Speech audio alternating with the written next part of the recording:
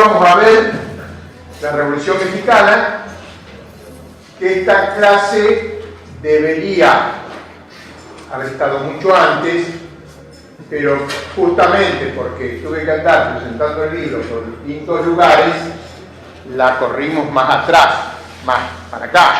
Pero lógicamente esta clase tendría que haber sido anterior a la Revolución Boliviana y anterior a la clase del marxismo en América Latina. De hecho, el marxismo en América Latina prácticamente estaba recién llegando, había algunos elementos marxistas, pero en 1910, cuando comenzó la Revolución Mexicana, no había ningún partido, bueno, había partidos socialistas, pero partido marxista, definidamente marxista, me parece que no había ninguno. Por ahí había que buscar un poco con lupa, pero me parece que no había ninguno. Así que esta clase tendría que haber sido de las del principio. Bien, vamos a hablar de uno de los países importantes, grandes de América Latina y de una de las revoluciones más importantes de la modernidad. Uno, como vive en Occidente, se le ocurre pensar grandes revoluciones de la modernidad, son la Revolución Francesa, la Revolución Mexicana y la Revolución Rusa, hasta esa fecha, digamos. Sí, son las grandes revoluciones de ese periodo. Bien, México, como la mayoría de los países de la América Española, comenzaron la guerra de independencia en 1810. La particularidad que tiene la guerra de la independencia en México, que fue en sus inicios la más radical de todas, fue una revolución, una guerra de la independencia, pero además una revolución con características sociales, agrarias, dirigida por los curas Hidalgo, con el grito de Dolores en 1810, fue derrotado y fusilado al año siguiente. Continuó la lucha con las mismas características de radicalidad el cura Morelos, que entre 1813 y 1814 desarrolló una importante campaña, pero también en 1815, a principios de 1815, fue derrotado, fue encarcelado y fusilado. A partir de los fusilamientos de los dos dirigentes, de los líderes de la revolución, de la guerra de la independencia en México, esta comenzó a ser liderada por sectores mucho más moderados. De hecho, era tan profunda la radicalidad de la guerra de la independencia en México que los sectores criollos no participaron como acá, como en el Río de la Plata y en otros países o en otras colonias de América del Sur. Recién, cuando es derrotado el sector radical de la guerra de la independencia, aparecen otros líderes. Yo siempre dije Iturbe, pero ahí estoy leyendo, a ver, ¿la mexicana Iturbe o Iturbide? Siempre, toda mi vida leí Iturbe y hoy leo Iturbide. Bueno, Iturbide, leí bien hoy. Bueno, aparece como que primero había peleado del lado de los... y esto valga la aclaración, porque ha aparecido dentro de la nueva izquierda, porteña sobre todo, una confusión histórica ideológica, que se han proclamado nacionalistas. Una cosa es el nacionalismo y otra cosa es el patriotismo. El nacionalismo es una corriente ideológica surgida en Europa de sectores de la burguesía. Es una corriente ideológica burguesa el nacionalismo. Después se puede discutir más popular o menos popular en América Latina. Pero la guerra de la independencia en todos los países de América Latina se dio entre los realistas, sean ellos, o sea, los partidarios del rey, sean ellos españoles en su mayoría o criollos. Y del otro bando estaban los patriotas, en su mayoría criollos, pero también españoles. La división no fue entre españoles y americanos, fue entre realistas y patriotas. Por eso las corrientes revolucionarias marxistas en América Latina y en Argentina es lícito que usemos y reivindiquemos el concepto de patriotismo, porque remite a la guerra de la independencia y es un concepto que debemos disputarle a la derecha. No así el concepto de nacionalista, que bueno, que no es el tema de hoy, pero que habría que matizarlo un poco más. Bien, a partir de 1921, que se acuerda la independencia de México con el virrey que habían mandado en ese momento, se forma el primer imperio, que no lo noté acá. Iturbide, el emperador, está algunos meses finalmente. Además de México, de lo que actualmente es México, todo lo que es América Central también pertenecía al primer imperio. Derrotado Iturbide, se desintegra el imperio y va a ser, va a tener la hegemonía el general Antonio López de Santana, que va a gobernar en este periodo de 1823 a 1954, va a ser reelegido 11 veces, 5 veces por el Partido Liberal y 6 veces por el Partido Conservador. O sea que estaba siempre, no importaba, pero siempre estaba, era un hombre más vale conservador. Entonces los enfrentamientos en este periodo van a, y en toda la historia de México hasta que terminemos la clase de hoy, o por lo menos hasta 1810, es entre, 1910, entre conservadores y liberales. Antonio López de Santana va siendo presidente de México, va a sufrir el desmembramiento del país, porque primero en 1836, ya en Puado trabajado por los norteamericanos, se va a separar Texas, que pertenecía al estado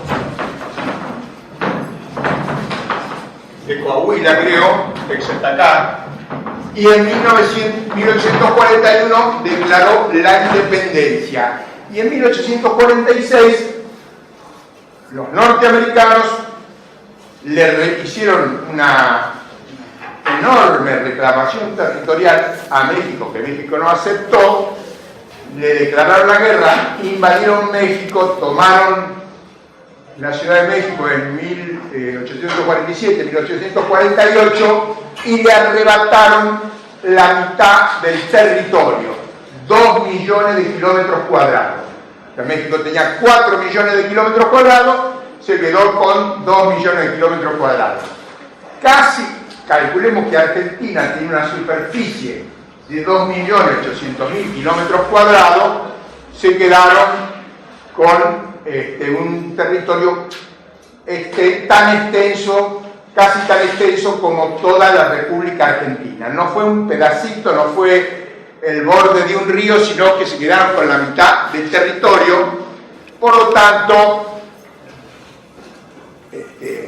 un poco después en 1810, cuando empieza la revolución, alguien dijo, no sé si usted sabe, alguien dijo: pobrecito México, tan lejos de Dios y tan cerca de Estados Unidos. Bueno, pobrecito.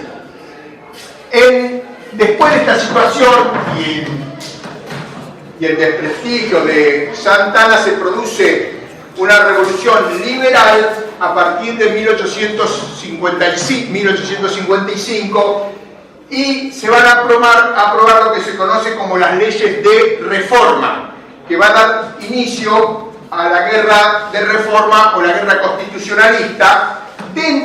Estas leyes de reforma eran leyes liberales, o sea, le sacaban poderes que antes estaban en la Iglesia, pasaban al poder civil, el registro civil, la secularización de los cementerios, el casamiento civil, bueno, y otras cuestiones de la administración que eran bastante importantes, el casamiento, etc.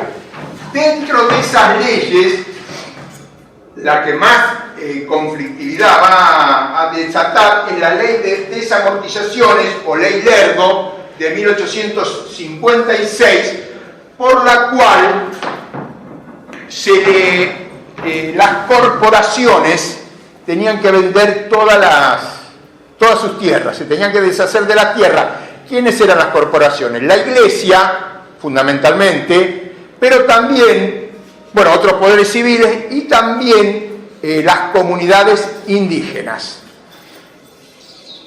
Bueno, ahí los historiadores en México, los especialistas discuten si la ley fue buena, fue mala, pero en realidad eran todas leyes que tenían que ver con el desarrollo del capitalismo en México. Entonces la tierra tenía que estar en función de la producción y fundamentalmente del mercado internacional para la producción de mercancías.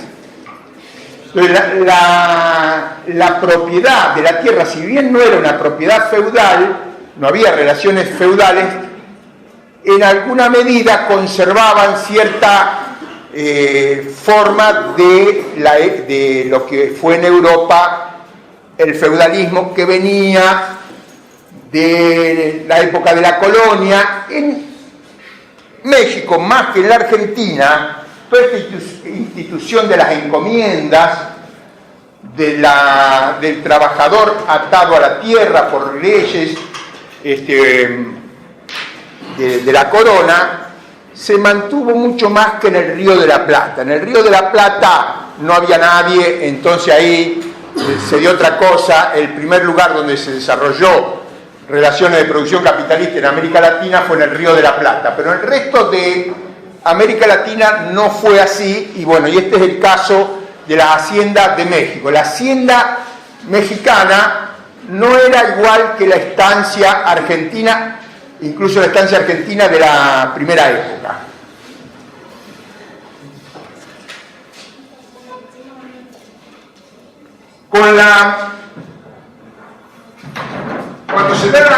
Cuando en el marco de la guerra constitucionalista de 1856 a 1859, asume el liderazgo en México Benito Juárez, que es el hombre más avanzado dentro del Partido Liberal, impulsa estas leyes de reforma. De hecho, en 1859 fueron expropiadas, fueron estatizadas las tierras de la Iglesia.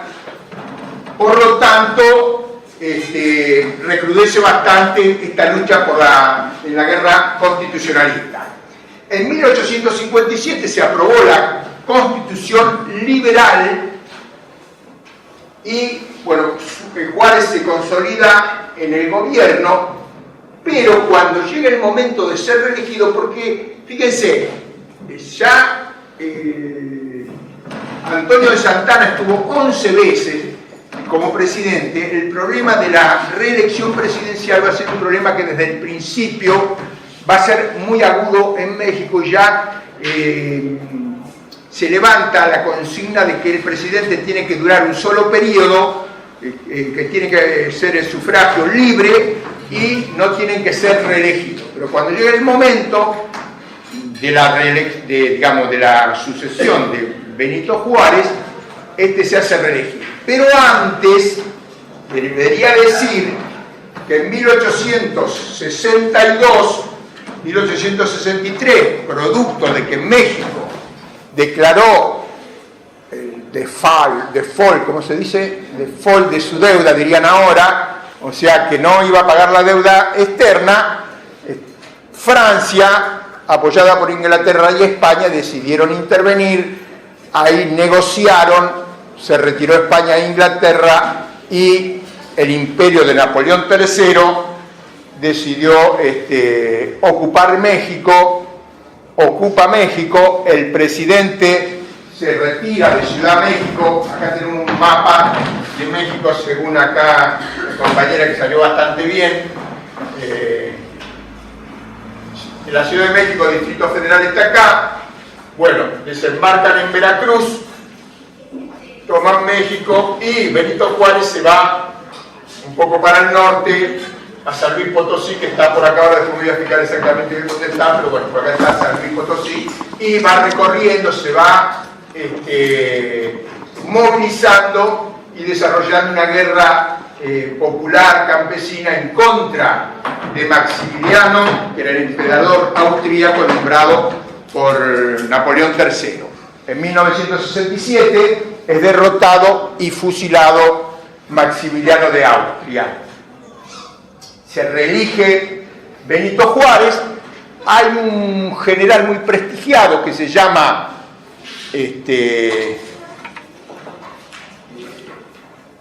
Porfirio Díaz, que se opone, trata de hacer un movimiento, no logra triunfar, es reelegido Benito Juárez, pero ya en 1876 Porfirio Díaz gana las elecciones, se hace presidente de México. Vamos a entrar en el periodo de 30 y pico de años, 34 años, que van de 1876 a 1910, conocido como el Porfiriato, y esto es importante detenerse un poquito acá, porque va a dar origen a lo que, al tema de la clase de hoy, que es la Revolución Mexicana.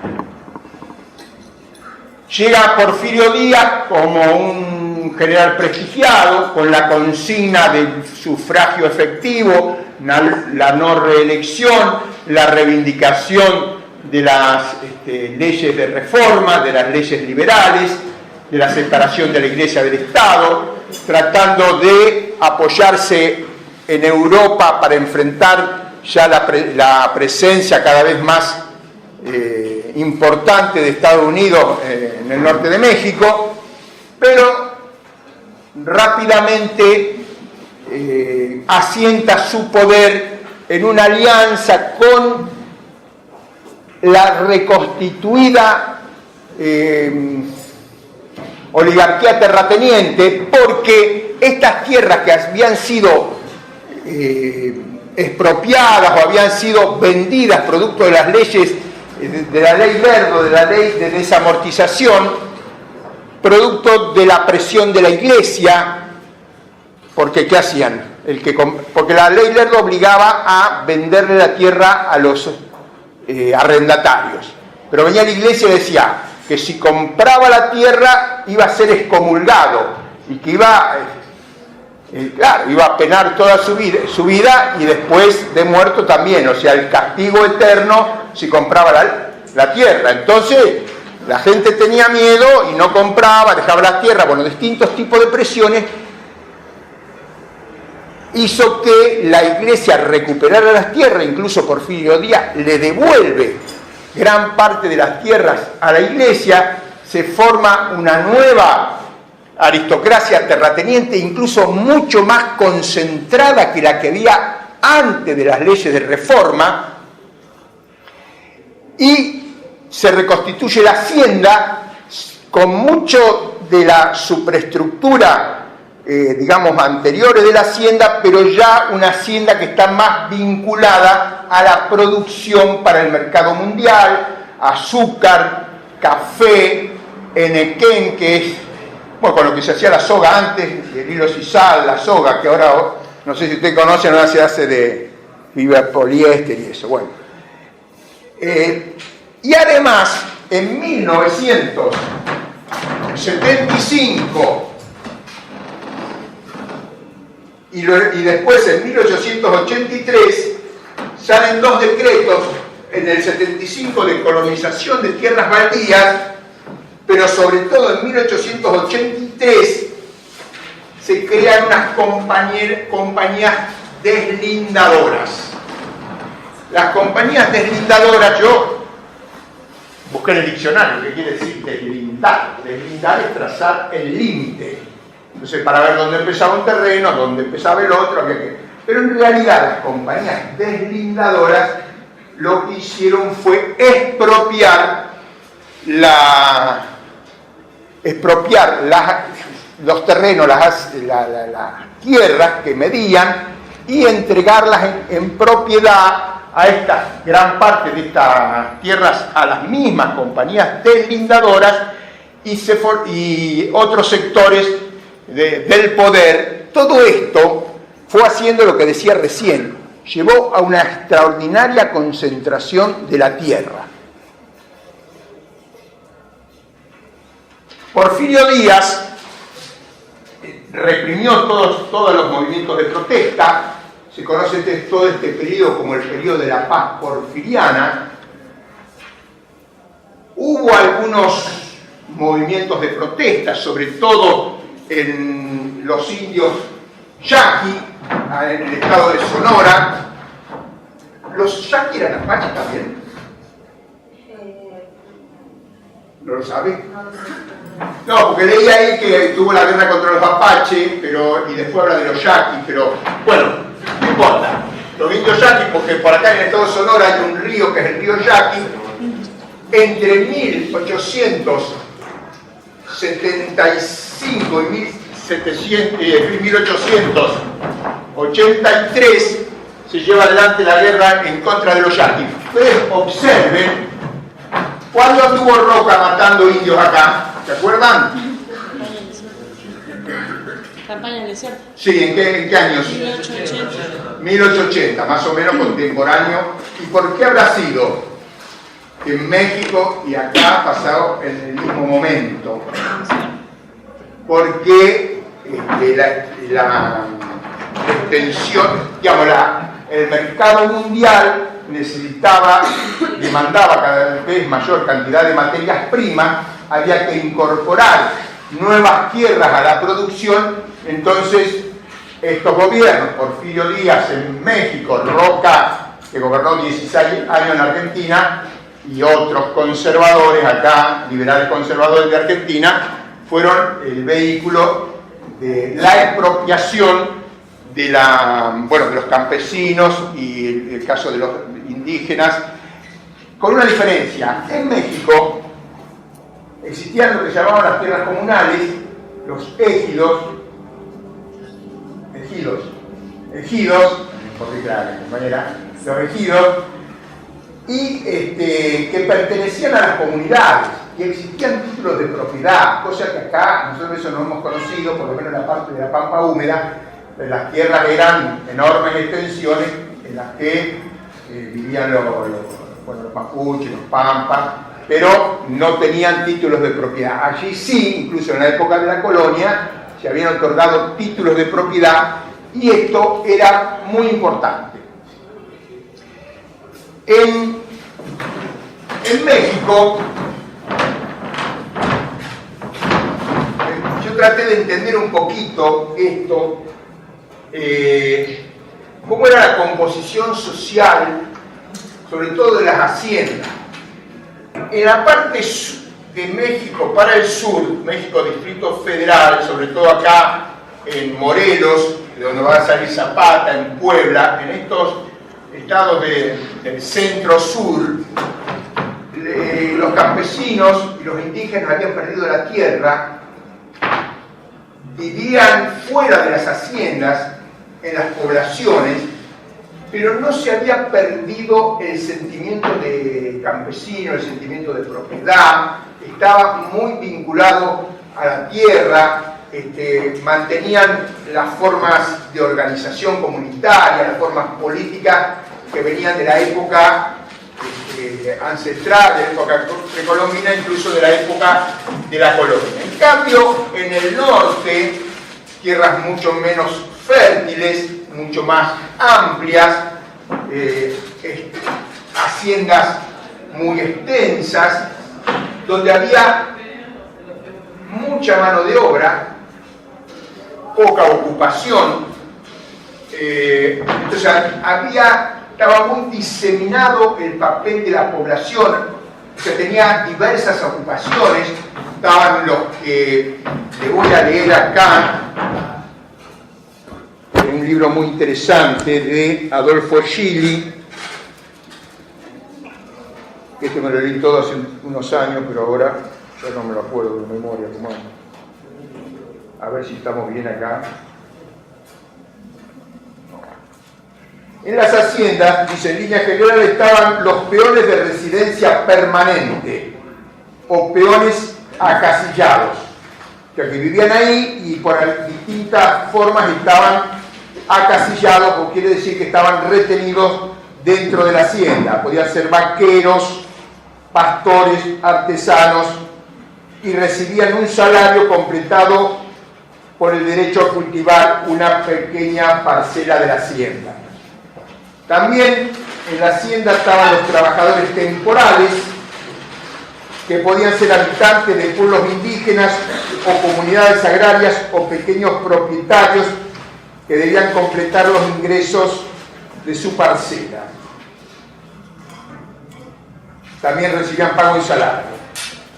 Después estaban los aparceros, que vivían en la hacienda, recibían de esta en la parcelía tierra de cuyo producto una parte iba en pago a la hacienda y la otra constituía el ingreso propio de la parcela. Generalmente el pago en especie se completaba con pago en trabajo, de una forma precapitalista de producción bien clásica.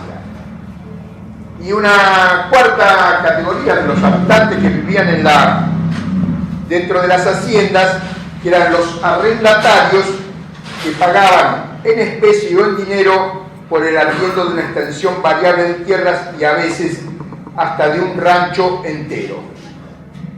Y podían a su vez contratar trabajadores asalariados. Esto en el norte era mucho más diversificado que en el sur. Había mucha gente desocupada, se dedicaban, por ejemplo, a la ganadería. Los ganaderos, o los arrieros serían acá, gente que lindaba entre la vaquería y el cuatrerismo, o sea, la delincuencia. De hecho, Pancho Villa surge de estos sectores que se dedicaban al comercio, sobre todo al comercio más que a la cría de ganado.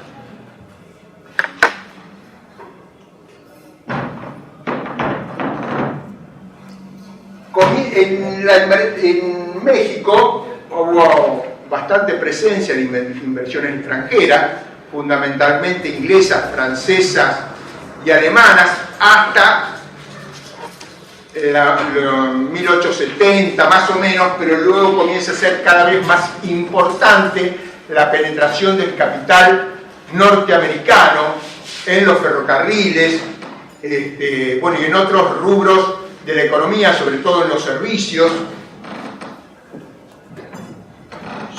Surge un sector más modernizante dentro de la clase dominante, vinculado al comercio internacional, pero también vinculado a los sectores de las haciendas, como decía, vinculado al capital extranjero, y que se identificaban con el nombre de los científicos. Los científicos vendría a ser el sector más modernizante, más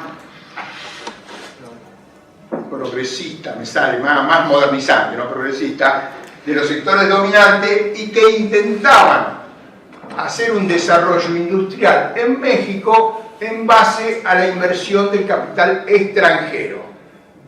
¿Les suena, no es cierto?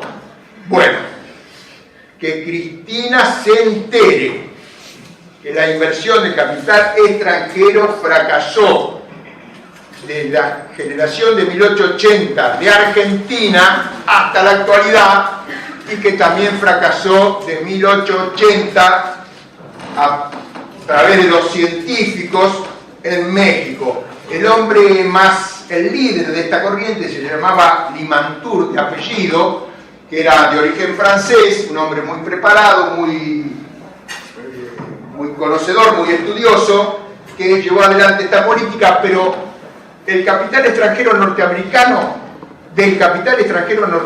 solo el 1,5% se invirtió en la industria.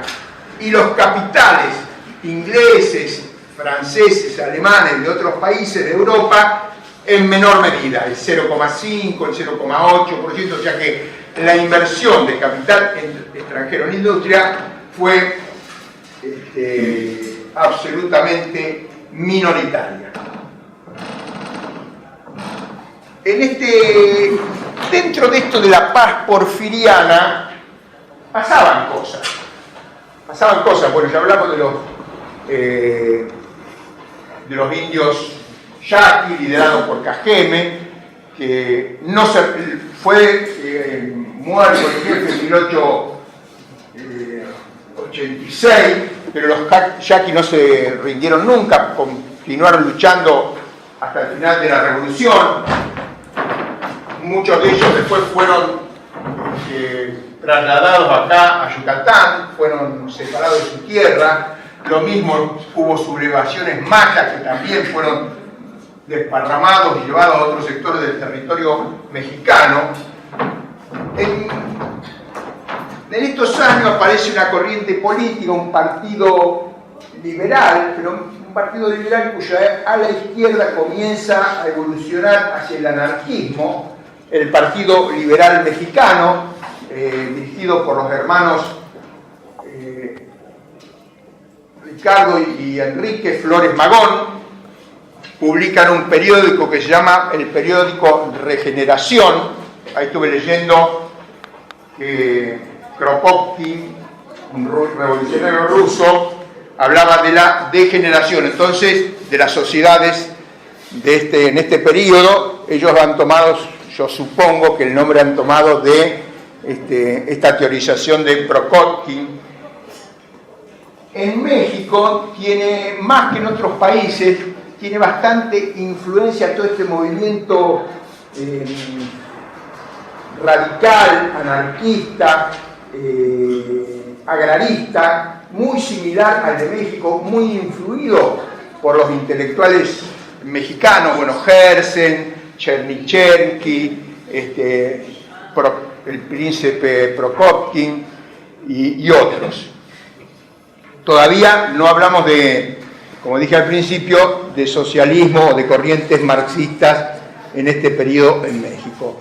Este grupo, el Partido Liberal Mexicano, va a ejercer una influencia importante en todo el periodo, primero a través de la acción de la propaganda, el periódico, pero ya a partir de 1904, 1905 comienzan a desarrollar acciones armadas, empiezan a provocar levantamientos que en general son derrotados, porque si bien respondían a las contradicciones de la sociedad mexicana y a las injusticias que se vivían en México, muchas veces no hacían un análisis político de coyuntura, como hacemos ahora, para ver en qué momento lanzarse a la insurrección, a los levantamientos.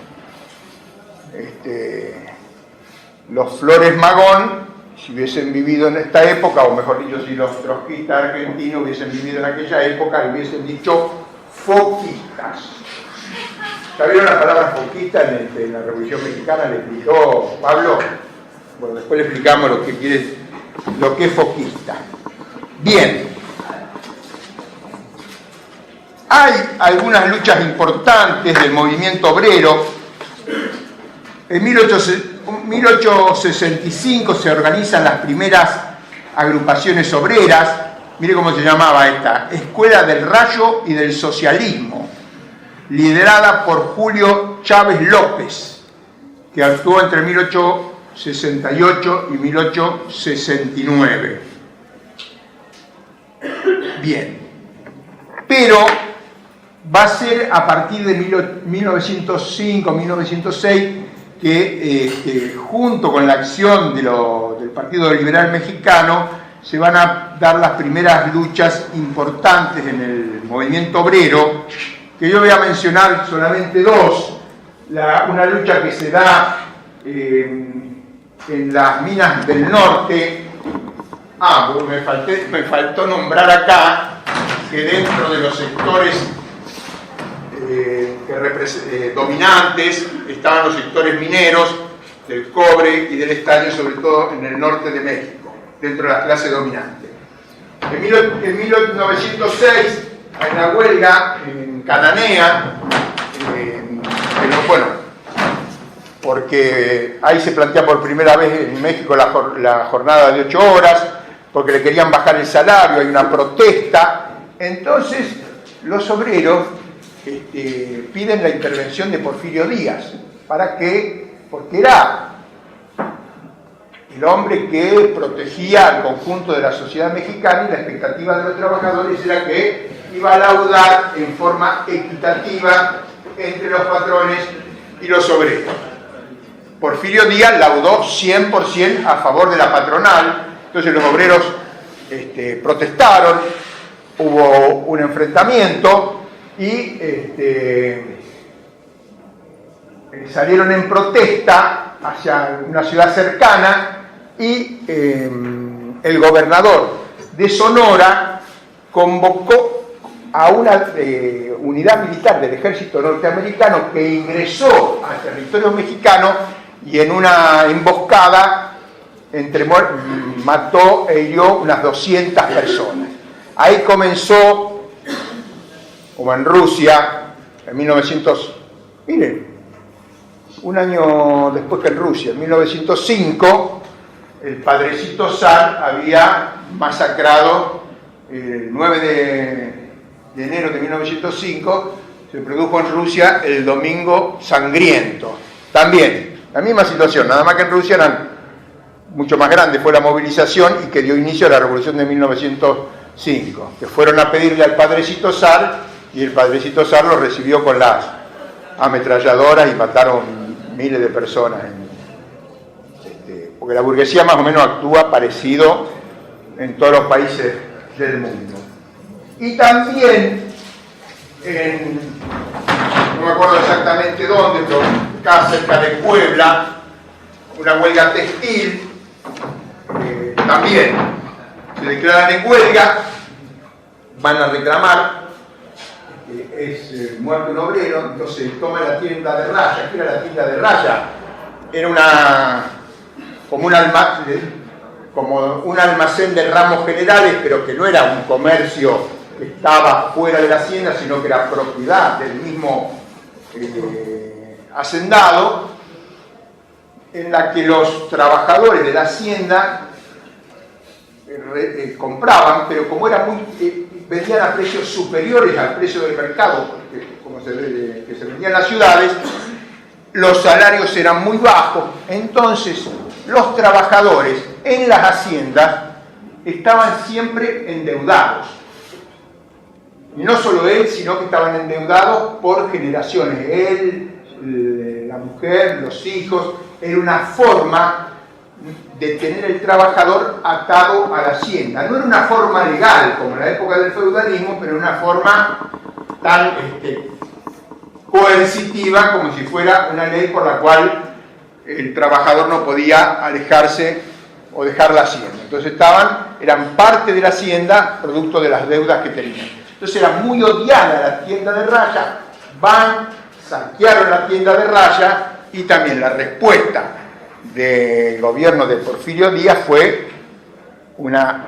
brutal represión y una masacre de los obreros textiles de Río Blanco, que se llamaba el lugar donde estaba la hacienda, de la empresa textil esta. Bien, en este contexto van a pasar algunas cosas. Después de 7 reelecciones que había tenido Porfirio Díaz, a veces dicen, cometió el error. Miren, yo hay una cosa, hasta a veces dudo si me acuerdo bien.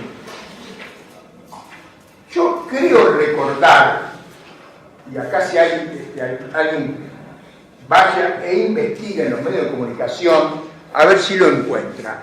Yo creo recordar que cuando se produjo lo de Cromañón, la tragedia de Cromañón, ¿en qué año fue?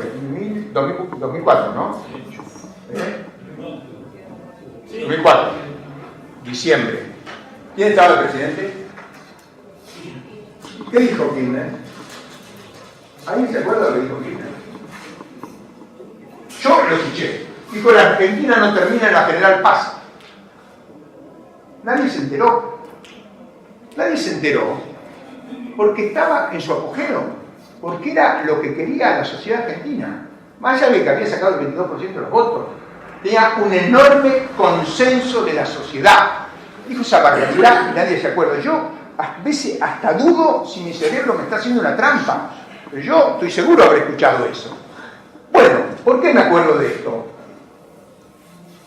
Porque los gobernantes muchas veces cometen exabruptos y hacen cosas equivocadas, pero no es lo mismo tener un exabrupto o tener un error político o una barbaridad política en un momento de gran consenso, de consolidación política, de hegemonía económica, de crecimiento económico, que cuando la cosa cambia.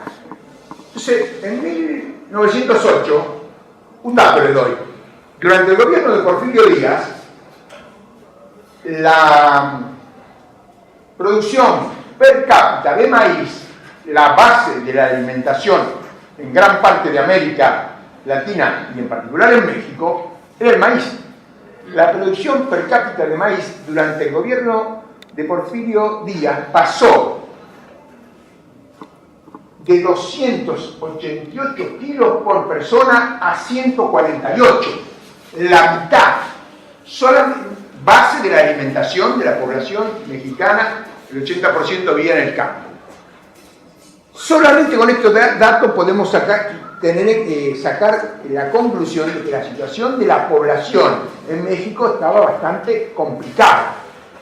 Tuvo que un país de la cultura del maíz tuvo que terminar por importar maíz de Estados Unidos, incluso de Argentina y de otros países. En este contexto que ya se comenzaba a resquebrajar la paz porfiriana, se le ocurre hacer una entrevista con un periodista norteamericano, Krillman, de apellido, que para mí era un mensaje para Estados Unidos, porque la intención era que el reportaje saliera en Estados Unidos, no en México. Entonces, Porfirio Díaz dice que esto en 1908 tenía 78 años, la próxima reelección era en 1910, iba a cumplir 80 años, entonces dice que no se iba a presentar nuevamente a elecciones porque ya el pueblo mexicano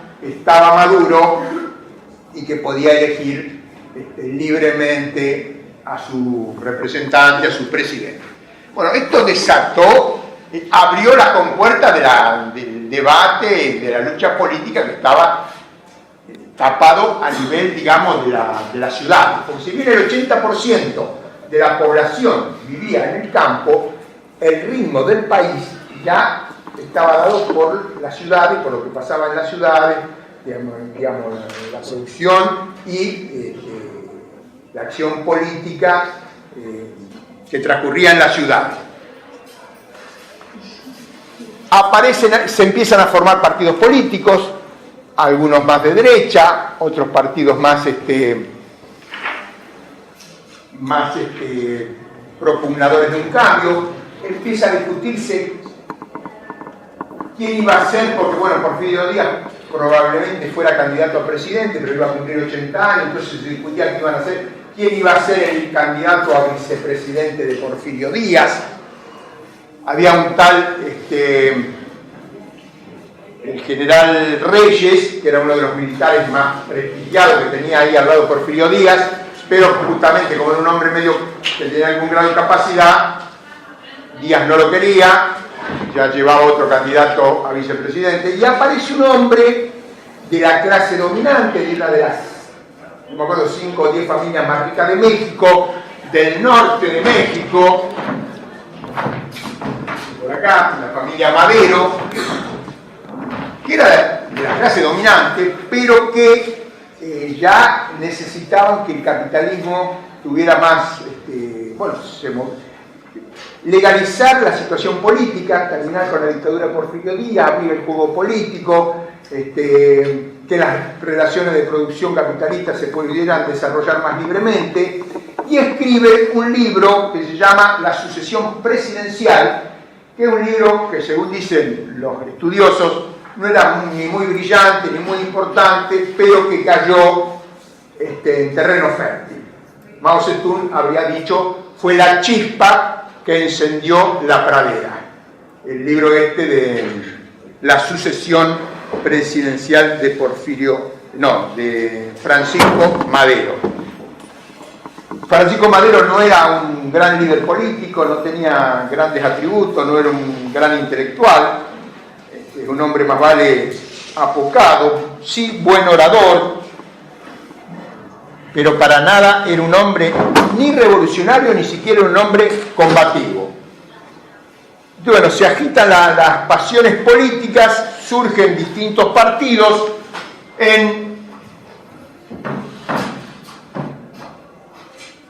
se presenta elecciones, Madero, y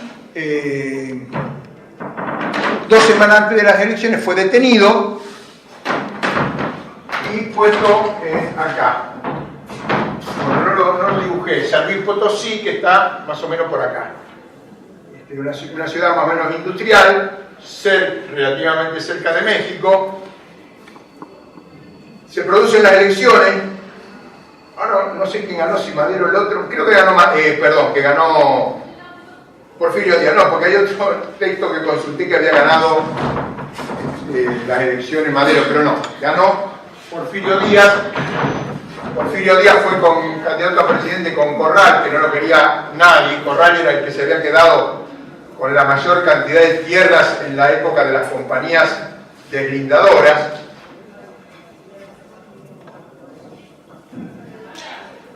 Después de las elecciones lo dejan en libertad, digamos, vigilada dentro de San Luis Potosí, pero se escapa, se va a Estados Unidos. Madero se escapa el 4 de noviembre, el 6 de noviembre ya está allá, y estando en México, pero con firma y fecha de 5 de noviembre y lugar San Luis Potosí, emite el Plan de San Luis Potosí. En México, a lo que nosotros le conocemos con el nombre de programa, ellos le llaman plan. El Plan de San Luis Potosí, que planteaba el voto efectivo, la no reelección, ya planteaba consignas democráticas, pero tiene un punto que va a ser decisivo, que se los voy a leer, porque esto va a ser, esta sí, la otra fue la chispa, esta va a ser no sé, el mechero que encendió la pradera, que era el punto 3 del Plan de San Luis Potosí, que hablaba de las tierras, la devolución de las tierras a los campesinos y a las comunidades.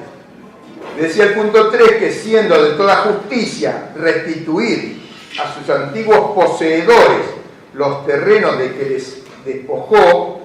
se les despojó de un modo tan arbitrario, se declaran sujetas a revisión tales disposiciones y fallos, y se les exigirá a los que los adquirieron de un modo tan inmoral o a sus herederos que los restituyan a sus antiguos propietarios, a quienes pagarían también una indemnización por los perjuicios sufridos.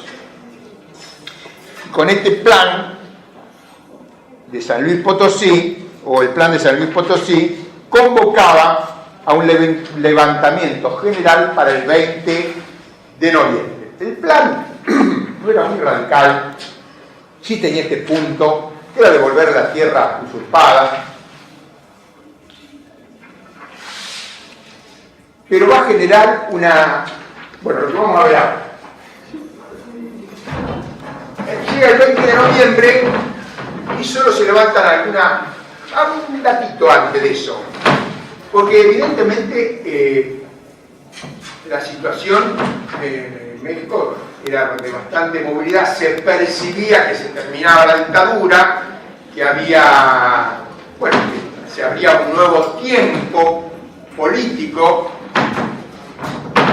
Acá en el estado de Morelos, en una aldea, en una población, Anenuilco, bueno, algo así más o menos, no me sale mucho el maya. Es difícil pronunciar las palabras maya, no me cuesta. Anenuilco sería náhuatl, creo. ¿Ah? No recuerdo tampoco el nombre bien de la. Anenuilco. Pero sería náhuatl, no maya. Maya. Náhuatl. Es náhuatl, más difícil todavía. Bueno, de otra lengua, digamos. Bien. ¿Cómo? La de los aztecas. La de los aztecas. Ah, bueno. Sí, sí, ahí estamos cerca de México. Los mayas estaban en la región de Yucatán. Son más de Yucatán, ¿cierto? Bien. Menos mal que tenemos acá que nos pueden corregir un poco. No quiero intervenir. No, bueno, discúlpeme. No le voy a molestar. Pero por la duda después le voy a preguntar algo más.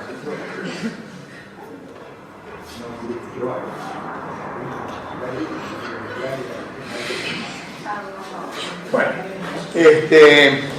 así descanso un poco. Bueno, hasta acá más o menos alguna pregunta, alguna inquietud que alguien tenga de esto. Bien, ¿qué había pasado? En 1909 estaba establecido para un día que ahora no me acuerdo cuál era, en 1909, la reunión del Consejo de Ancianos. Ese día no se tocó la campana, porque generalmente se tocaba la campana para reunir el Consejo de Ancianos, era una medida conspirativa. Se reúne y lo primero que hace el Consejo es renunciar. Renuncian y eligen, en lugar de un cuerpo colectivo, eligen un jefe. Había 3 postulantes, el que votó, ganó un tal Emiliano Zapata, que era un muchacho de 30 años, bien parecido, por lo que dice y que no era un hombre pobre, sino más vale era un propietario de algunas hectáreas de tierra, que tendría a ser una clase media agraria de aquel momento, que tenía fama de buen domador, era un hombre prestigiado. Cuando de rebelde, se enfrentaba a la autoridad, y los días de fiesta salía con su caballo blanco y los aperos de plata, paseando por ahí, por el lugar de donde era él y por la villa de Ayala, que estaba vecina, pero que era un hombre, era reconocido como un hombre de buena posición, pero que era un hombre de ellos. Entonces, bueno, eligieron a Emiliano Zapata. El 20 de noviembre, vamos a 1910, se levantan algunas partidas muy pequeñas, las más importantes estaban dirigidas acá en Chihuahua, en el estado de Chihuahua, por Pascual Orozco. Después había otras partidas, estaba Jesús de la Luz Blanco, había otro dirigente menos conocido en ese momento que se llamaba Pancho Villa. Pancho Villa, vamos a decir, no se llamaba Pancho Villa, era el nombre de, digamos, una especie de Robin Hood, pero no era un solo personaje, sino Pancho Villa era un cuatrero, o era uno, varios, era un nombre de leyenda que cuatreriaba ganado, pero repartía entre la población, entonces estaba muy prestigiado. Doroteo Arango, que tampoco se sabe si se llamaba Doroteo Arango, pero bueno, se supone que este es el nombre verdadero, toma el nombre de Pancho Villa.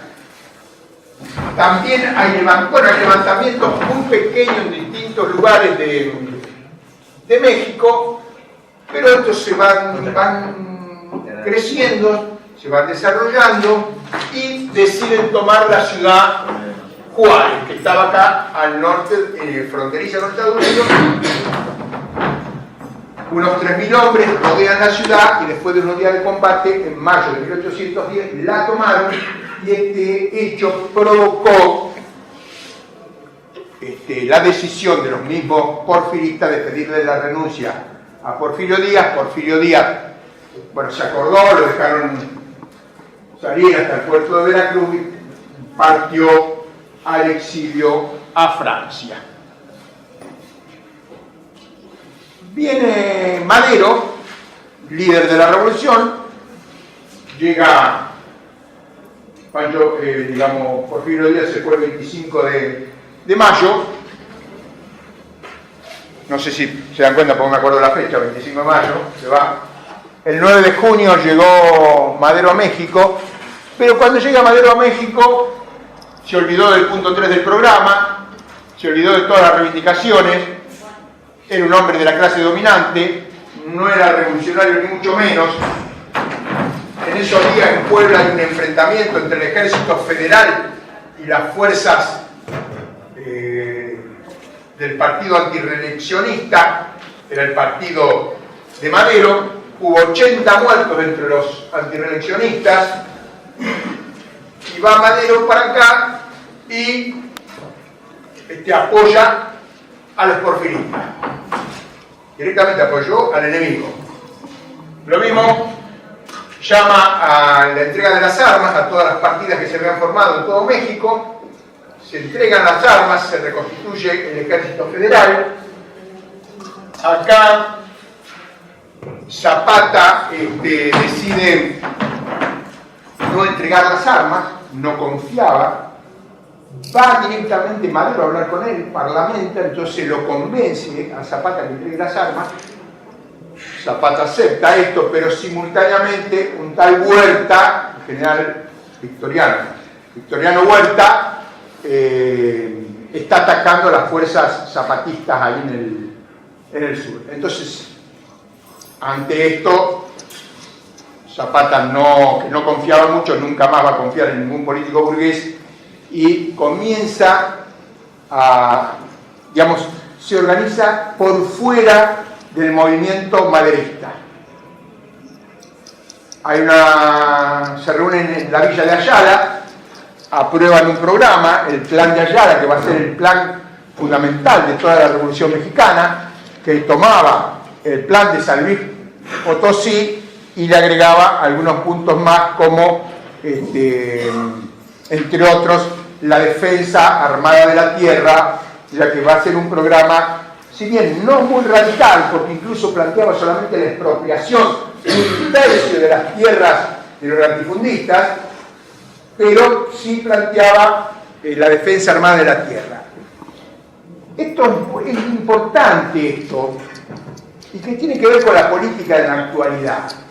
No necesariamente, y esto es una discusión que uno tiene con el trotskismo, que no necesariamente el programa tiene que ser lo más radical, o puede ser, no digo que ninguna verdad es absoluta, no estoy diciendo una verdad absoluta, no lo toman como esto, que esto es así y no puede ser de otra manera. Pero no necesariamente un programa tiene que ser radical para que sea lo más revolucionario. En este caso, por ejemplo, el plan de Ayala no era muy revolucionario, pero lo que era más revolucionario era el método y la clase social que lo defendía y la consecuencia en la defensa de ese programa. Esto es muy importante tener en cuenta en todo momento cuando las fuerzas políticas revolucionarias se organizan y se disponen a la lucha. Porque muchas veces es más importante ampliar para facilitar o incorporar en el proceso de lucha al conjunto de las masas. Es mucho más revolucionario el protagonismo de las masas en la lucha y el aprendizaje que realizan en los procesos de lucha que la radicalidad escrita en el papel. Si la radicalidad escrita en el papel atenta contra la masividad del movimiento, la radicalidad se queda en la tinta y en el papel. En cambio, si el programa está a la altura del nivel de conciencia y de la expectativa de las masas y provoca la movilización del conjunto, es mucho más radical eso que la letra muerta. Cualquier parecido de lo que acabo de decir con el programa de transición de Trotsky no es de casualidad, sino que expresa el mismo pensamiento. Entonces, muchas veces los trotskistas argentinos, para no hablar de otras latitudes, porque no los conocemos tanto, niegan las enseñanzas de su propio líder, digamos, que era Trotsky. Bien, ¿qué pasa? Esta situación hace que Madero rápidamente, disuelve el partido antireeleccionista, forma el Partido Constitucional Democrático.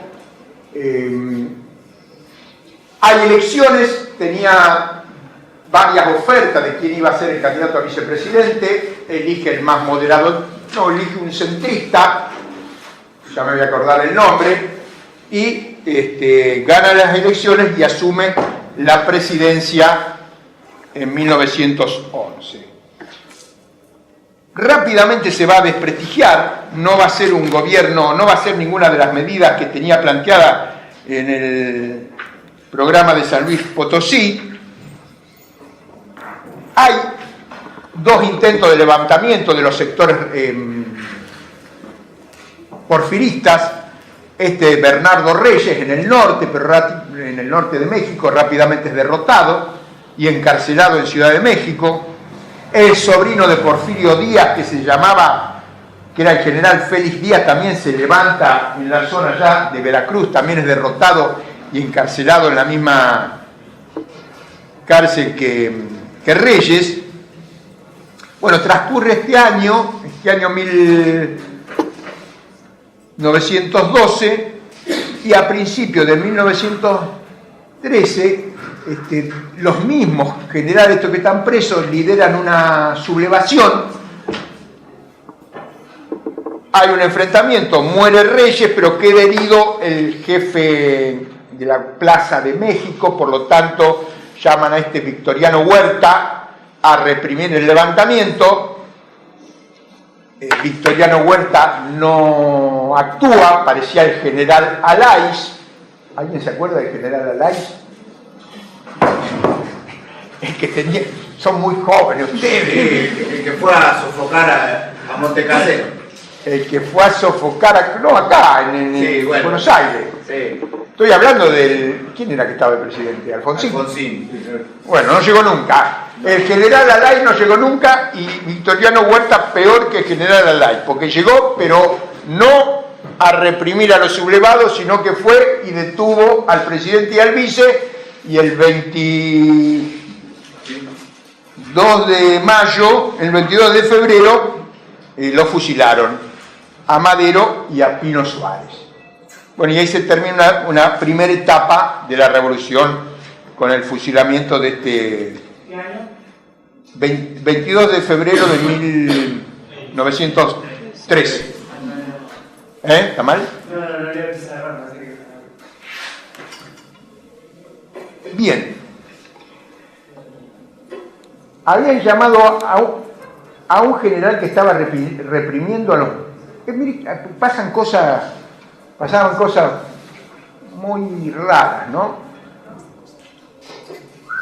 Felipe Ángeles, que era un general que estaba reprimiendo a los zapatistas, es llamado para reprimir a Reyes y a Díaz. Huerta lo corre de costado, bueno, y pasa lo que acabo de decir. Pero ¿qué va a pasar con Felipe Ángeles? Felipe Ángeles, ahora vamos a ver, va a ser el general o el militar de más alta graduación del Ejército Federal que se pasó a las fuerzas revolucionarias. Y se va a pasar a la fuerza de Pancho Villa, que todavía no era un jefe muy importante. Cuando empieza,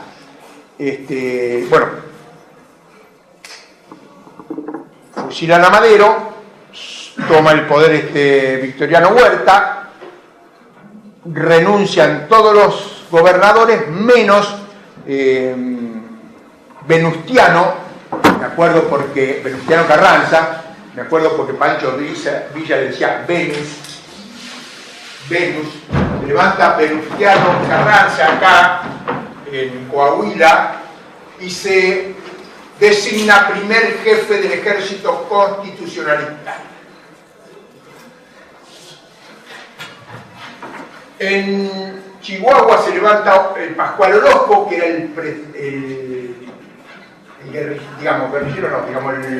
del movimiento revolucionario que había surgido de abajo, el más prestigiado. Incluso cuando se vota el plan de Ayala, acá en Morelos, resuelven ofrecerle el mando del Ejército Libertador del Sur a Pascual Orozco, que si no lo aceptaba iba a ser tomado directamente por Zapata. Bueno, se levanta Orozco con los colorados de Orozco, va al ejército de Huerta, en el cual estaba Pancho Villa, porque este es el ejército constitucionalista.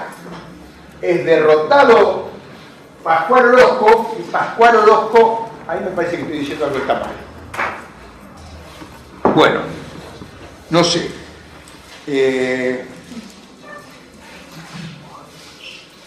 No, esto había pasado antes, por eso es lo que no me cerraba. Pascual Orozco se levantó con un programa mucho más radical en contra de Madero, antes que lo maten.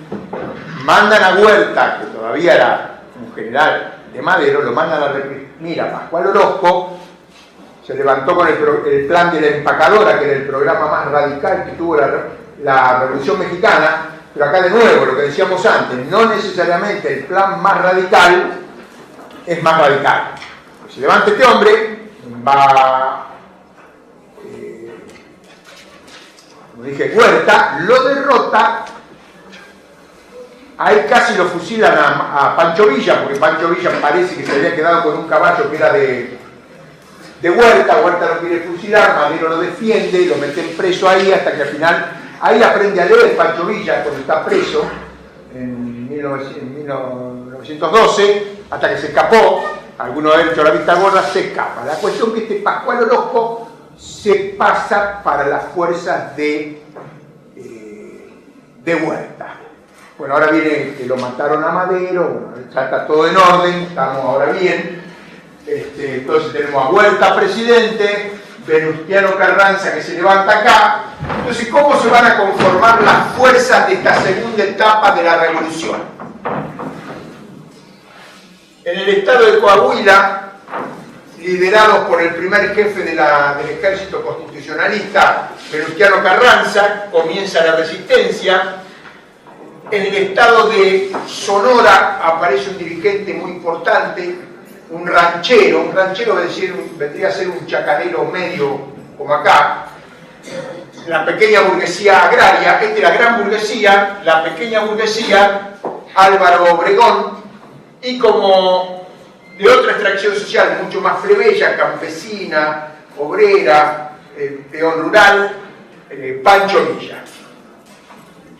El jefe militar de Venustiano Carranza se llama Pablo González, que llamó él porque lo nombro, y bueno, comienzan a avanzar hacia el sur, van derrotando a las fuerzas federales.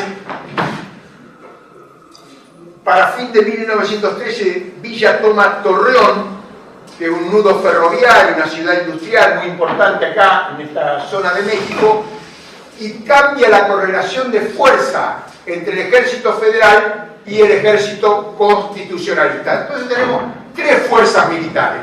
El ejército federal, del gobierno de México, con Huerta, Victoriano Huerta, el ejército constitucionalista con estos tres jefes principales y otra fuerza militar que era el Ejército Libertador del Sur en el estado de Morelos, Pueblo y otros estados de acá, liderado por Emiliano Zapata. De las fuerzas del norte, la que se va a consolidar más va a ser la de Pancho Villa, porque Pancho Villa, que no sabía leer ni escribir, se revela como un extraordinario jefe militar. Bueno, ahí hay una descripción que hace John Reed, un periodista norteamericano que había ido a hacer su trabajo de periodista, después terminó participando en la Revolución Rusa del 17, escribiendo 10 días que conmovieron al mundo, México insurgente, bueno, y fundando el Partido Comunista Norteamericano. John Reed dice que Pancho Villa, sin haber leído un libro de nada, porque no sabía leer, había aprendido un año antes, desarrolla tácticas muy parecidas a las de Napoleón. Mucho sigilo, mucha rapidez, engaño al enemigo. Él tenía una muy buena caballería y utilizaba mucho los ferrocarriles.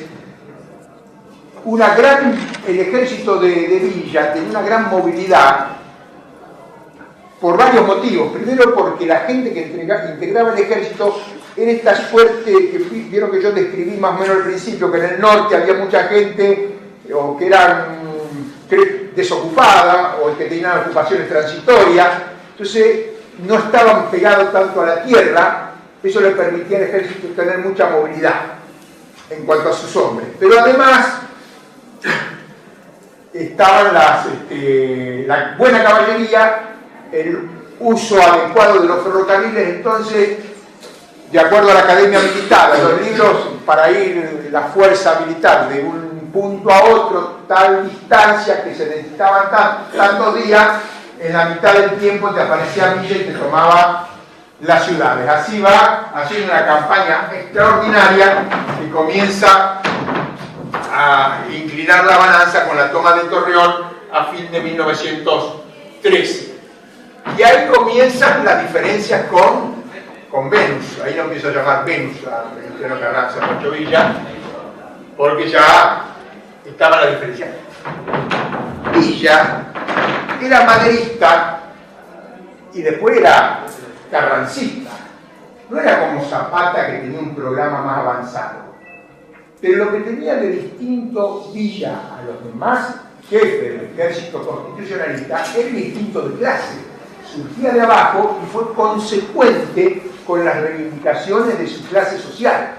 Esto lo hizo uno de los, junto con Zapata, el más importante jefe de la revolución. Cuando están derrotando al ejército federal, Carranza prioriza el ingreso de las fuerzas de Álvaro Obregón para que tomen Ciudad de México. Villa, que ya había tomado Durango, y Torreón por segunda vez, acata la orden de Carranza, pero va y le toma Zacatecas, como diciendo, acepto la orden, pero mirá que la fuerza la tengo yo. Le tomó Zacatecas. Entonces tenemos el ejército. Le explico una cosa para que se entienda. Las grandes unidades militares, están los batallones, regimientos, la compañía, batallón, regimiento, esas son las pequeñas unidades militares. Las grandes unidades militares son la brigada, la división y el ejército. Bueno, después de la segunda toma de Torreón, la brigada de Pancho Villa pasa a constituirse en división. Mientras que la fuerza militar de Carranza y la fuerza militar de Obregón tenían el nombre de ejércitos, o sea, más grande, era más importante desde el punto de vista formal, pero desde el punto de vista real, la fuerza militar más importante de la revolución era la División del Norte. La División del Norte, el ejército del noreste y el ejército del noroeste. viene a la Ciudad de México, entra Álvaro Obregón y Villa le toma Zacatecas. Entonces ahí tiene que haber una negociación con Carranza y deciden convocar una convención de todos los jefes militares del ejército constitucionalista en Aguascalientes, que ahí está marcado. En Aguascalientes, los que van teniendo, digamos, entre el sector de Álvaro Obregón, donde había un general importante que se llamaba Francisco, ¿dónde está que le dije que no me acuerdo? Mujica, era el sector jacobino del ejército constitucionalista, que eran mayoritarios con respecto a Carranza. Pero incluso cuando vienen los representantes del Ejército Libertador del Sur, que no eran parte del ejército constitucionalista, pero fueron como observadores, pero ahí se hizo una empatía, ¿se dirá? Ahí empalmaron con las posiciones de Villa. Entonces el jefe militar Villa y el jefe, no ellos en persona, sino los hombres de estas dos fuerzas, digamos, Villa aporta la fuerza militar y la gente del Ejército Libertador del Sur, con el plan de Ayala, aportan el programa más radicalizado, una visión más profunda, más agrarista, más socializante del Ejército del Sur, y que esta alianza, apoyada decididamente por Villa, va a ser hegemónica en la Convención de Aguascalientes. Al punto que, bueno, ahí se elige un nuevo gobierno, el presidente de la Convención, Eulalio, no me acuerdo cuánto se llamaba, el presidente, Eulalio Gutiérrez, y el 4 de noviembre entran Villa y Zapata a México y se reúnen ahí en el Palacio, no me acuerdo cuánto. Y le voy a leer una parte de la conversación entre los dos. Me tienen un segundo de paciencia. Estaban en la Casa de Gobierno, ahí, los dos principales jefes de la Revolución Mexicana.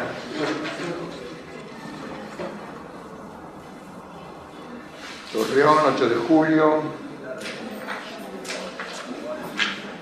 4 de diciembre y 14, acá está. Esto es textual del acta de la reunión, a ver si dice dónde estaban reunidos.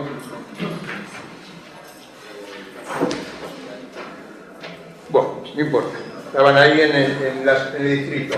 Dice Villa, estaban Villa, Zapata y todos los generales de la División del Norte y del Ejército Libertador del Sur.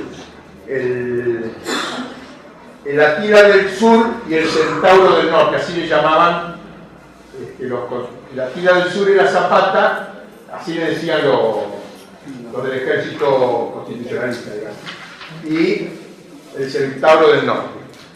Dice Villa, yo no necesito puestos públicos porque no los sé lidiar. Vamos a ver por dónde están esta gente, se refiere a los intelectuales. Nomás vamos a encargarles que no nos den qué hacer. Zapata. Por eso yo los advierto a todos los amigos que mucho cuidado, si no les va a caer el machete. Cerratos, otro general. Claro. Zapata. Pues yo creo que no seremos engañados. Nosotros nos hemos estado limitando a estarlos arriando, cuidando, por un lado y por el otro, a seguirlos pastoreando. Villa. Yo muy bien comprendo que la guerra la hacemos nosotros, los hombres ignorantes, y la tienen que aprovechar los gabinetes, pero ya no nos den qué hacer. Zapata. Los hombres que han trabajado más son los menos que tienen que disfrutar de aquellas banquetas. No más puras banquetas. Y yo lo digo por mí, de que ando en una banqueta hasta me quiero caer. Villa. este rancho está muy grande para nosotros, se refiere a la Casa de Gobierno, está mejor por allá afuera, nada más que se arreglen esto para ir a la campaña del norte, allá tengo mucho que hacer, por allá vamos a pelear mucho todavía. Bueno, le leo esto para que vean, bueno, la conversación que tenían los dos jefes de la revolución, que había triunfado en gran parte del territorio mexicano, no en todo el territorio, porque la guerra seguía, o mejor dicho, comenzaba la guerra entre la División del Norte, por un lado, la División del Norte y el Ejército Libertador del Sur, que se habían aliado, se vendría a ser una tercera etapa de la revolución. ¿Me siguen hasta acá? La División del Norte, aliado con el Ejército Libertador del Sur, ahora contra el Ejército Constitucionalista de Obregón y de Carranza.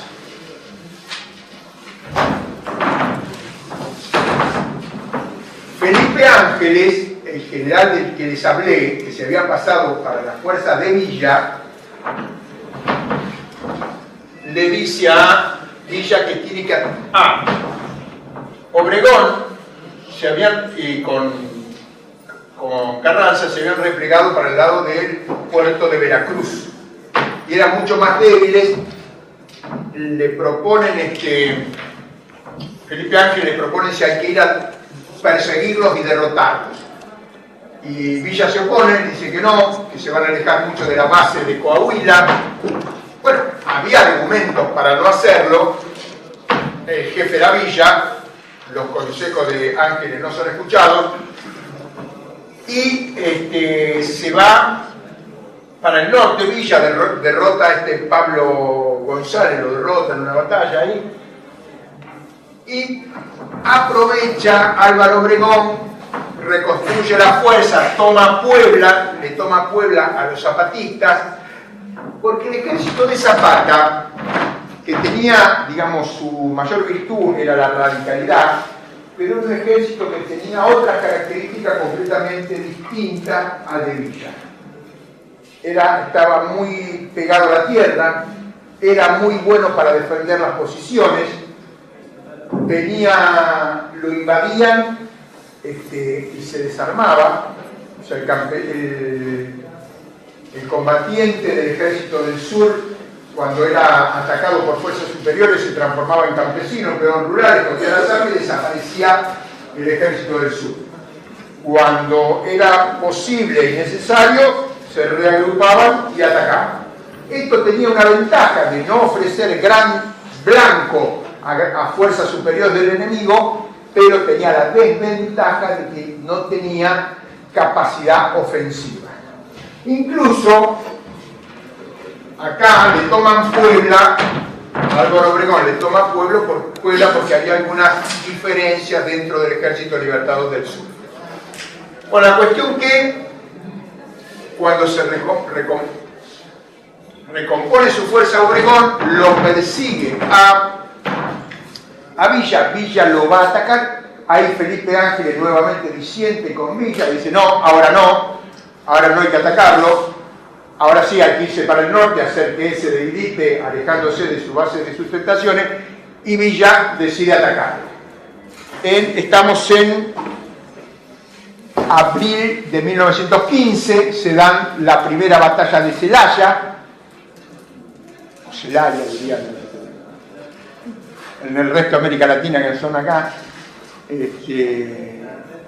Una semana después se da la segunda batalla de Celaya, en las dos es derrotado Villa. Después hay una batalla que dura como un mes y medio, no me acuerdo el nombre, y finalmente en Aguascalientes está la cuarta batalla, en junio de 1915, que también es derrotado Villa. Villa derrotado en 4 batallas sucesivas en el término de unos 3 meses y pico, y ahí desaparece la División del Norte, pero no quiere decir que desaparece la fuerza del ejército, la fuerza de Villa, porque Villa tenía un enorme prestigio en todo el norte de México. En esta, una cosa muy importante, cuando comienza la campaña de Obregón y Carranza contra Villa, no tanto contra Zapata, porque si bien toman Puebla, no lo atacan a Zapata, para atacar por partes, y levantan la propaganda de que hay que derrotar al reaccionario Villa. Y ahí, Venustiano Carranza, que era el más de derecha de todos, pero que no era tonto, hace una serie de concesiones, reparte tierra a los campesinos, llega a través de Álvaro Obregón, que era un poco más radical que él, se reorganiza la Casa del Obrero Mundial, le entregan un edificio importante, le hacen concesiones a los obreros, se aprueba la jornada de 8 horas, o sea, una serie de reivindicaciones muy importantes, logran movilizar a la clase obrera, se forman los batallones rojos, y los batallones rojos van a participar dentro del ejército constitucionalista en contra del reaccionario Villa. Obviamente, esto porque la clase obrera no tenía un partido que lo orientara, no tenía una visión política, sino que la clase obrera, esto es muy importante porque tiene gran actualidad. La clase obrera no tenía un proyecto para México. La clase obrera mexicana en ese momento solamente tenía un proyecto para sí, como un proyecto de reivindicación, la jornada de 8 horas, condiciones de trabajo, la cuestión salarial, pero no se planteaba dirigir la sociedad, organizar el conjunto de la sociedad. No podía tenerlo. Solamente estamos viendo el drama de una clase social incipiente que no tiene conciencia de clase para sí y que es arrastrada por la pequeña burguesía en contra del campesinado, y bueno, se produce esta extraordinaria situación lamentable, desgarradora, donde las dos clases fundamentales de la revolución están enfrentadas y la clase obrera pasa a ser parte de la maniobra de la pequeña burguesía y de la burguesía, no tanto por la importancia militar que tenían los batallones rojos, que no tenían gran importancia militar, sino tenía importancia desde el punto de vista político y desde el punto de vista del asentamiento y la influencia que tenía en las ciudades. Obviamente, de manual, ¿qué es lo que pasa ahora? Cuando fue derrotado Villa, ¿qué pasó?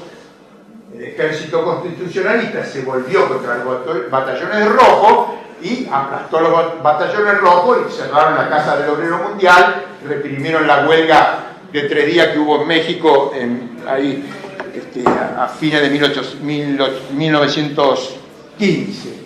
Bueno,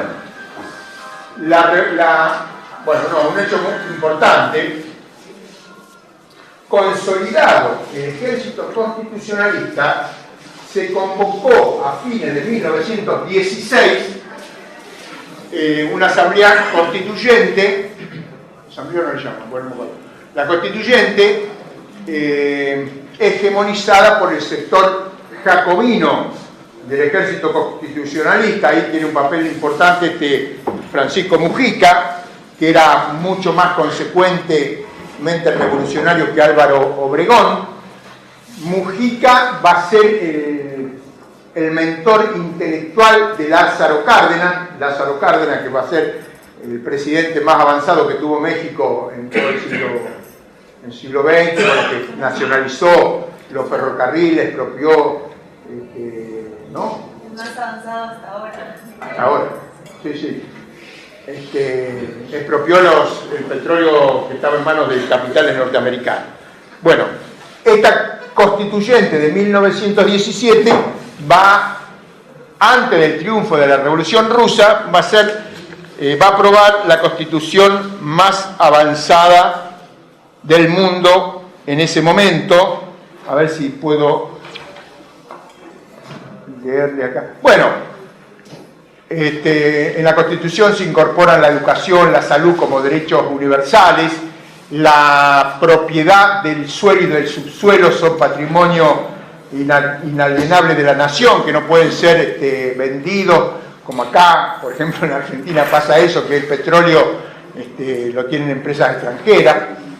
Bueno, y una serie de medidas, y también desde el punto de vista del funcionamiento democrático de la sociedad mexicana. Esta Constitución mexicana que todavía hoy sigue vigente.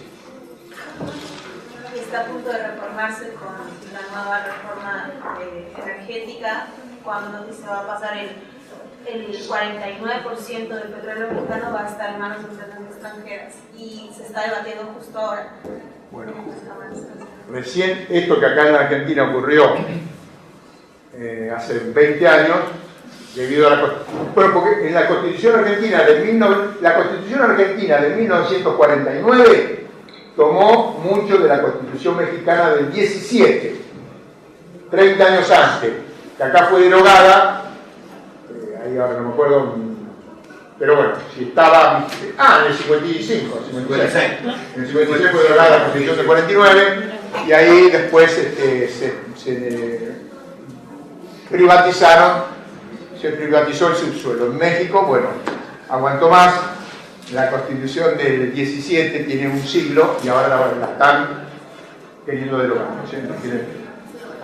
Bueno, durante este año 1916, mientras se luchaba contra Villa, porque Villa, ojo, que lo derrotaron, pero después reorganizaba ejército de 5.000 hombres, de 4.000 hombres, se metió acá a Columbus, le atacó un cuartel, un regimiento a los norteamericanos lo persiguieron hasta por acá, no lo pudieron encontrar nunca, pero eso de alguna manera unificó a los mexicanos en contra de los norteamericanos.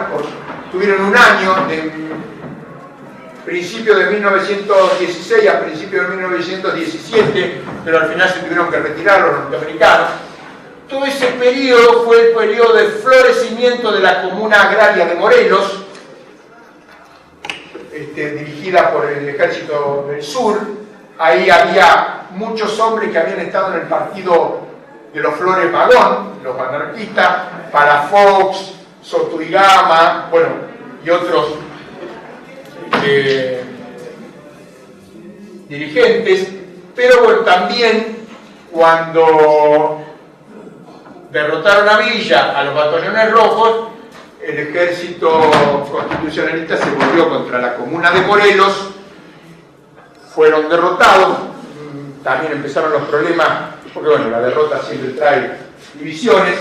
Ahí Zapata intenta hacer un acuerdo con Pablo González le dice que sí, el jefe militar de allá, de Coahuila, y cuando se van a encontrar, ahí lo asesinan a Zapata.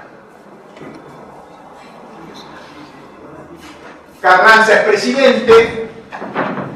En 1920 se le revela a Álvaro Obregón, porque tenía posiciones mucho más radicalizadas. Se va para Veracruz y la misma custodia personal de Carranza lo asesina. Entonces ya van 4 de los 5 principales jefes de la revolución que murieron, muertos. Ahí qué pasa. Bueno, Álvaro Obregón fue elegido presidente en primer periodo.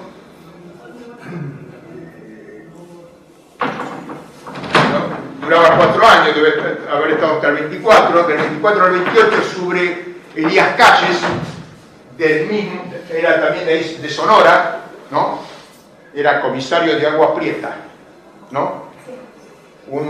Pero bueno, ese Elías Calles se va a transformar en el jefe máximo, el maximato. Es decir, después que termina su periodo de 4 años, los 3 presidentes que siguieron dependían de Calles, eran títeres de Calles, porque el jefe máximo era Elías Calles. Hasta que en 1934 ganó las elecciones Lázaro Cárdenas, y Lázaro Cárdenas, con mucho prestigio, terminó desplazándolo y el 10 Calle creo que se fue al exilio, terminó preso, no me acuerdo bien, pero bueno, lo corrieron. Se terminó el poder de Díaz Calle en la presidencia de Álvaro Obregón.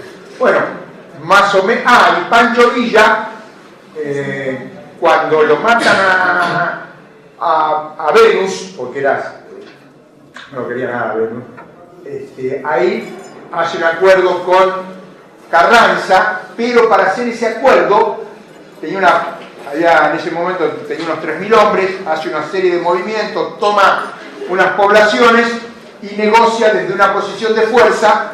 Entonces le entregan en Canutillo, creo que estaba en el estado de Durango si no me equivoco, le entregan una hacienda con 50 hombres de custodia. Los hombres de la fuerza de Pancho Villa le van a pagar un año el sueldo y después le iban a entregar tierras o se podían incorporar al ejército federal. Bueno, ahí está 3 años trabajando en Canutillo. Un día se dirige con parte de la custodia, a Parral, una ciudad del estado de Durango, y en 1923 lo emboscaron y bueno, lo mataron a Villa y a toda la custodia. Bueno, más o menos esto es lo que tengo para contarles de la Revolución Mexicana.